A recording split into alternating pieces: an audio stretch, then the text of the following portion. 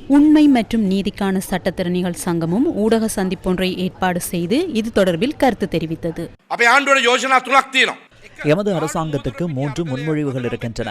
காலிமுகத்திரல் போராட்டத்தை அடிப்படையாக கொண்ட 32 வழக்குகள் காணப்படுகின்றன. அந்த 32 வழக்குகளில் ஜனாதிபதி மாளிகை, அலரி மாளிகை, ஜனாதிபதி செயலகம், பிரதமர் செயலகம் ஆகியவற்றுக்குள் பிரவேசித்த வழக்குகள் தவிர்த்த ஏனைய அனைத்து போராட்டங்களுடனும் தொடர்புடைய வழக்குகள், போலீசாரின் கட்டளையை மீறி செயற்பட்டமை, போலீசாரின் நடவடிக்கைகளுக்கு தடை ஏற்படுத்தியமை போன்றவை. தயவு செய்து இந்த 32 வழக்குகளையும் பொதுமக்களுக்கான இடையூறு என்ற அடிப்படையில் நீக்குவதற்கு நடவடிக்கை எடுக்க வேண்டும். பொது கொள்கையுடனான தீர்ப்பை பெற்று வழக்கை நிறைவு செய்ய வேண்டும். இரண்டாவது, சில பகுதிகளில் தாக்குதல் நடத்திய இடங்கள் அல்லது வேறு சம்பவங்கள் இடம்பெற்ற இடங்கள் 2500க்கும் அதிகமானவர்கள் இந்த வழக்குகளில் உள்வாங்கப்பட்டுள்ளனர்.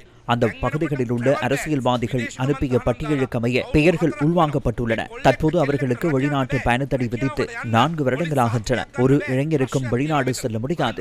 தொழில் ஒன்றை பெறுவதற்கு போலீஸ் சான்றிதழ் பெற முடியாது. இங்கு ஒரு பிரச்சனை இருக்கிறது.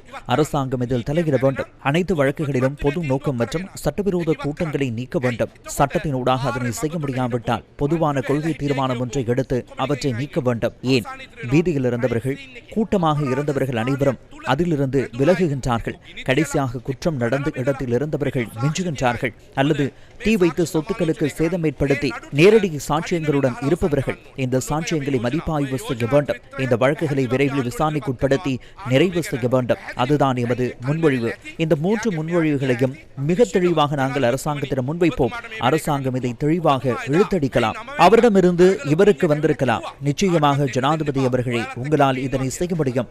நீங்கள் மே 9ஆம் தேதி போராட்ட களத்திற்கு வந்து கூறினீர்கள், யாரையும் வரவிடாதீர்கள், உங்களுடன் நாங்கள் இருக்கின்றோம் என்று.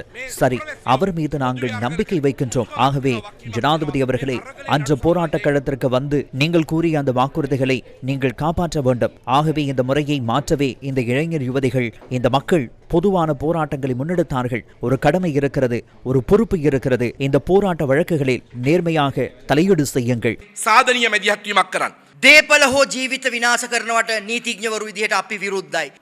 சொத்துக்கள் அல்லது உயிருக்கு பாதிப்பை ஏற்படுத்துவதற்கு சட்டத்தரணிகள் என்ற ரீதியில் நாங்கள் அதனை எதிர்க்கின்றோம். ஆனால் அந்த நிலையை ஏற்படுத்தியவர்கள், அந்த அமைதியான போராட்ட இடத்திற்கு கொண்டு வந்தவர்கள் இன்று தண்டனை கிடைக்கவில்லை.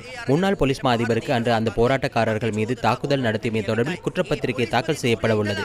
ஏனென்றால் போலீஸ் மா அதிபர் பதவியில் இருந்து கொண்டு அரசியல்வாதிகளின் தேவைக்காக இந்த நாட்டில் குழப்பத்தை ஏற்படுத்தினார்.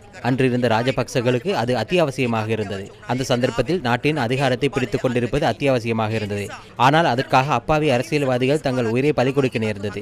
இந்த கொலைக்கான உண்மையான பொறுப்பு ஒப்படைக்கப்பட வேண்டும் என்று நாங்கள் கூறுகின்றோம். அன்று இதற்கு தீ வையுங்கள், இதனை நொறுக்குங்கள், போராட்டத்தின் மீது தாக்குதல் நடத்துங்கள் என்று குண்டர்களை போஷித்து தடைகளை கொடுத்து போராட்ட பூமிக்கு அனுப்பியவர்கள் அன்றிருந்து சிலர் இன்று உயிரோடும் இல்லை. அது இயற்கையா கர்மாவா என்பது எமக்கு தெரியாது.